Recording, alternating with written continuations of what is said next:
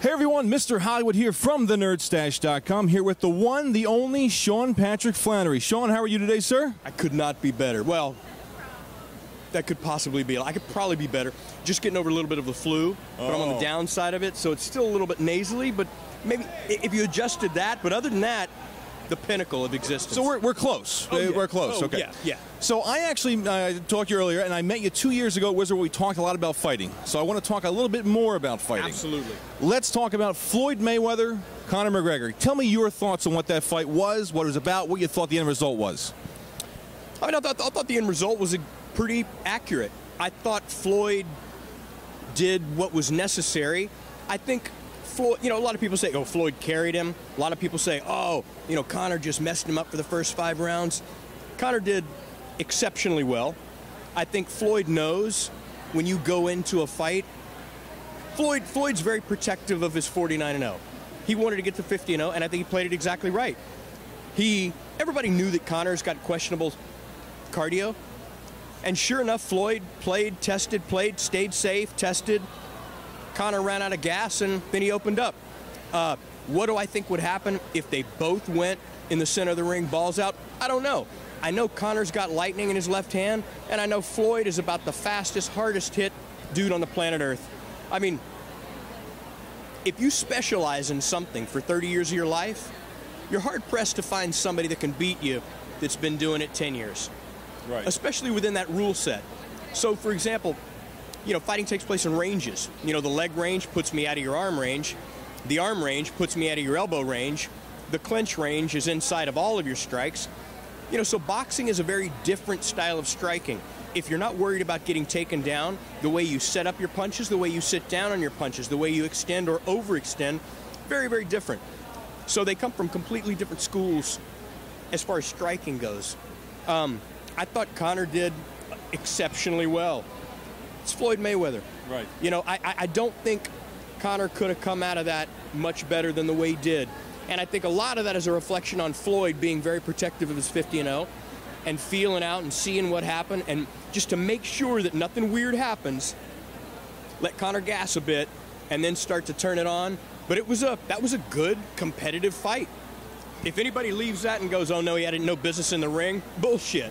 Cat had every business in the ring. Right, okay, yeah. Conor McGregor, obviously, he's a hell of a fighter. Yeah. So, what do you think more about maybe the claims that it was more about the money, and they just kind of they threw some hard shots, but for the most part, it was about the money, and you're not really going to see what the top ability was for these two guys in the ring? That's bullshit. Anybody that knows a competitor, somebody like Floyd Mayweather, he's a competitor. Right. You can't, to reach that level, that type of person cannot be bought. There's 2 types of competitors, and I'll always side with one.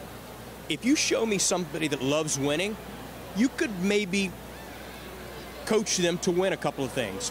But if you show me somebody that despises losing, I'll give you a champion. Floyd Mayweather despises losing. So does Conor McGregor. Those are 2 guys that you can't pay off. There's nothing that Conor would take in exchange for a potential victory over Floyd Mayweather. And there's nothing that Floyd would take in exchange for 49-1 over a Conor McGregor. Nothing. If you think that they were paid to dance like monkeys, you're kidding yourself. Those 2 dudes are studs at the top of their games.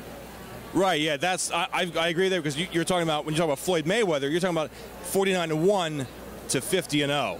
But that's a chasm of difference. Right, but if somebody were going to say, I'd give you X amount of money, but you got to live with a 49-1, there's no amount of money that would make a competitor like Floyd. There's no amount of money that could make somebody that even got to 49-0 contemplate taking a payoff to go 49-1.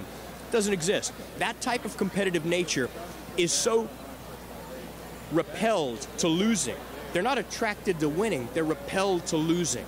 And they're 2 very different things. The best champions in the world are the ones that refuse to be beaten, not the ones that love the adoration of the glory. They're the ones that refuse to be bested. And those are 2 shining examples of guys like that. Now, one other thing I wanted to ask you, too, just for anyone that doesn't know, Sean Patrick Flanery is actually a black belt, correct?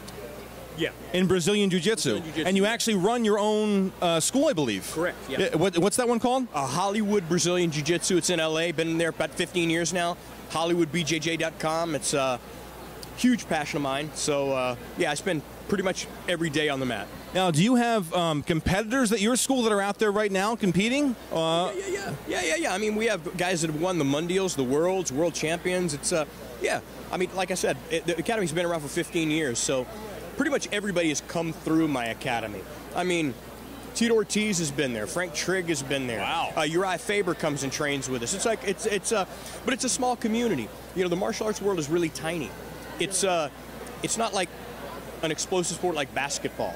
I mean, there are so few martial artists specifically training in grappling that if you do it at any decent level, you know everybody. Right. You know, and it's a tight-knit crew.